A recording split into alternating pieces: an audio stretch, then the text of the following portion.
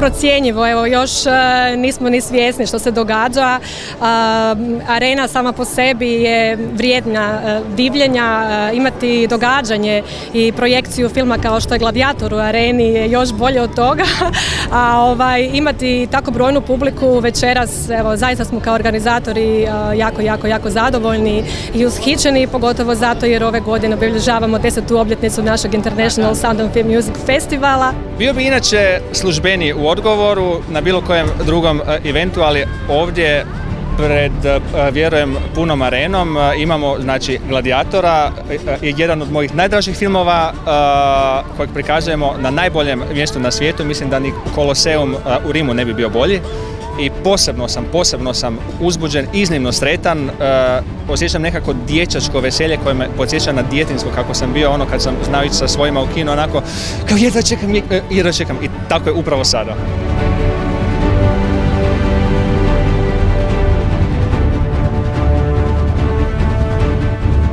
Imamo fantastičnog VIP gosta, gospodin Scott Milan, četverostruki dobitnik Oscara, koji je dobio Oscara za zvuk i na samom filmu Gladiator i on je tu s nama večeras. Čovjek je jedan od najnagrađivanijih svjetskih umjetnika, dizajner zvuka, osvajač 4, ne 1, ne 2, ne 3, nego 4 Oscara, 9 nominacija, ima 6 Emmya, 4 BAFTA, ima 100 drugih nagrada i on će biti večeras s nama. Mislim, još nam je prelijepo vrijeme, šta može biti bolje? Nadamo se da će publika uživati, da će Puležani, Istrijani i svi turisti koji su tu uživati u ovom sadržaju koje smo mi pripremili večeras.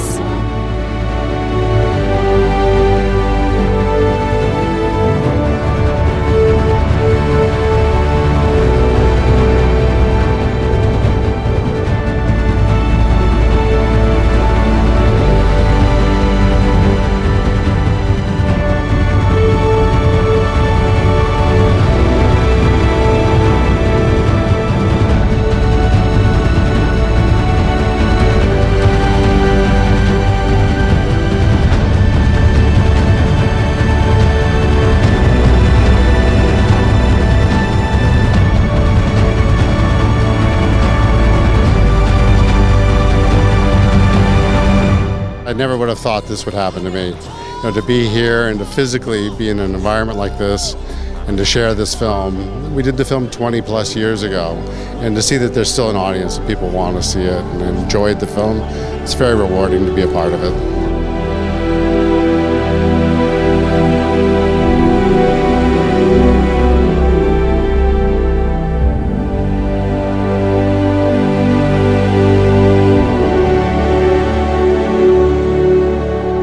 I walked around the building yesterday and I was taken back. Really, I was emotional by just seeing it, thinking about the history here and that this full circle, you know, to be able to share this film in that environment, really a dream.